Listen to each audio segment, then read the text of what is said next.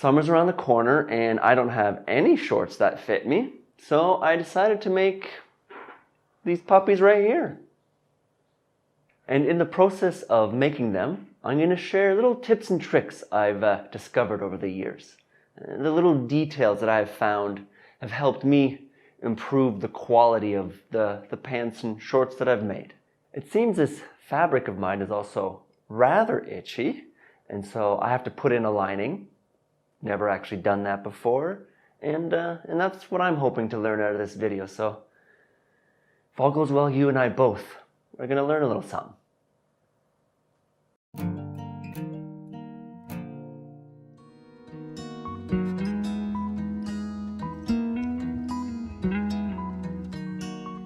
I like to add extra seam allowance for two reasons.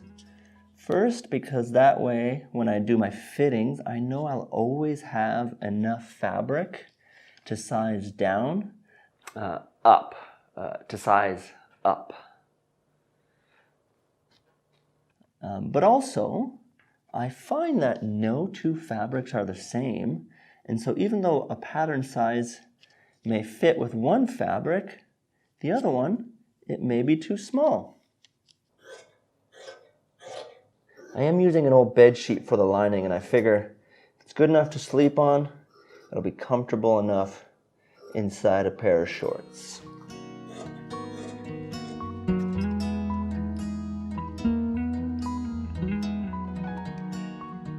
Starting with this front flat piece here, this little bit here, just getting it into place.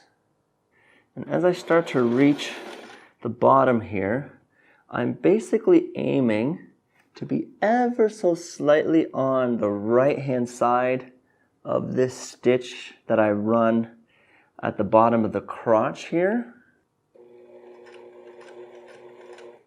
So that's my crotch line seam right there, and if we look a little further back right there, that's for the fly.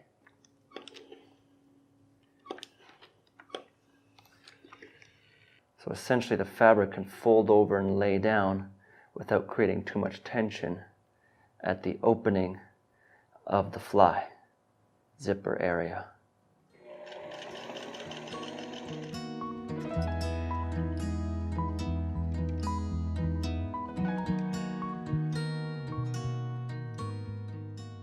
These are going to be high-waisted, so there's going to be a pleat running down here.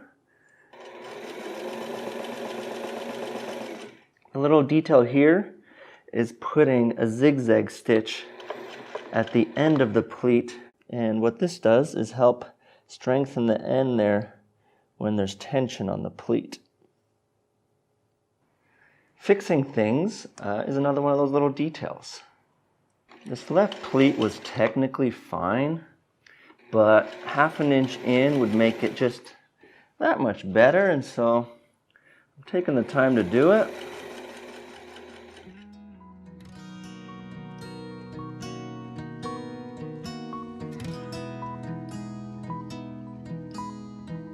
With the lining of the pocket, I like it to be just a millimeter or two on the inside.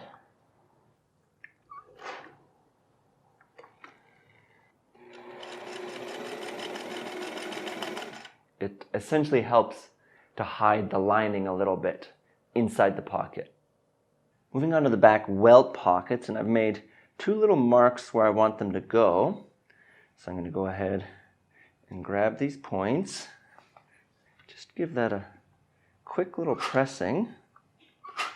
And so with that crease, I have a nice little marker to line up the interfacing for the inside.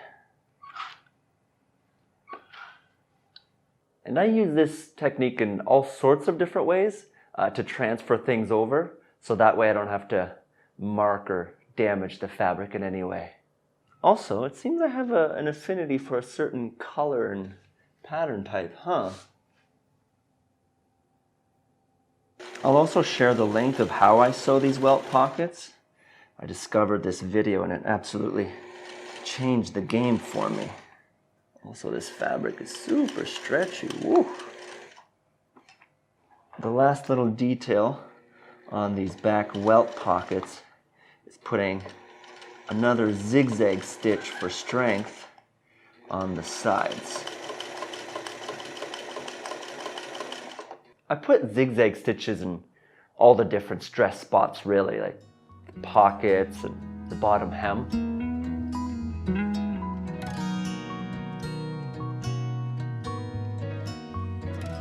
See how those seams get exposed when I give it a gentle tug? That's because this fabric has a pretty loose weave. As well, areas like the hips tend to get a lot of stress over the lifetime of a garment.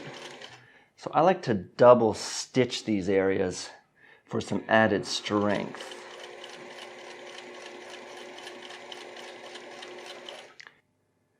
See, look, there's a lot less of a gap now. Happy with that.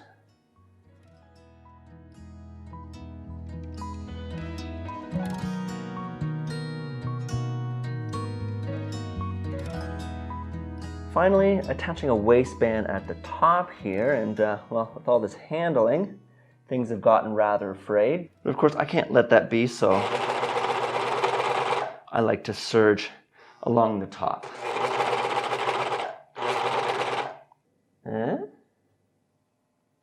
Full disclosure, these remaining steps are mostly for me, because I often screw up the waistband. It's the last thing I do. I just want to get them done, you know? By measuring it out like this, I give myself a nice line to follow when sewing so that my waistband is a nice even height. Does that make sense? And so now I can just follow my little dots all the way around the outside.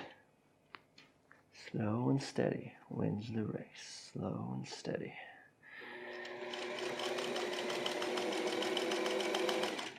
I also put these same marks of the same width on the other side. So now I can simply fold in on those lines and press down.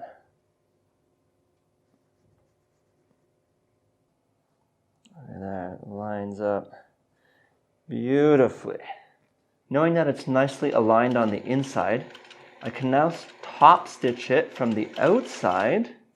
So that way it's nicely lined up with my crease here.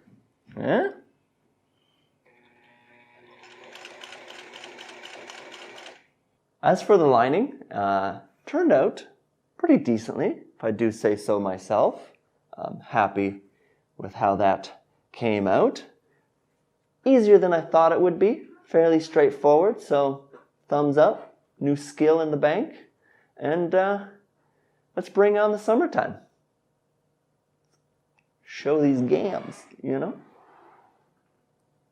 Let them have a little sun. They're looking pearly white.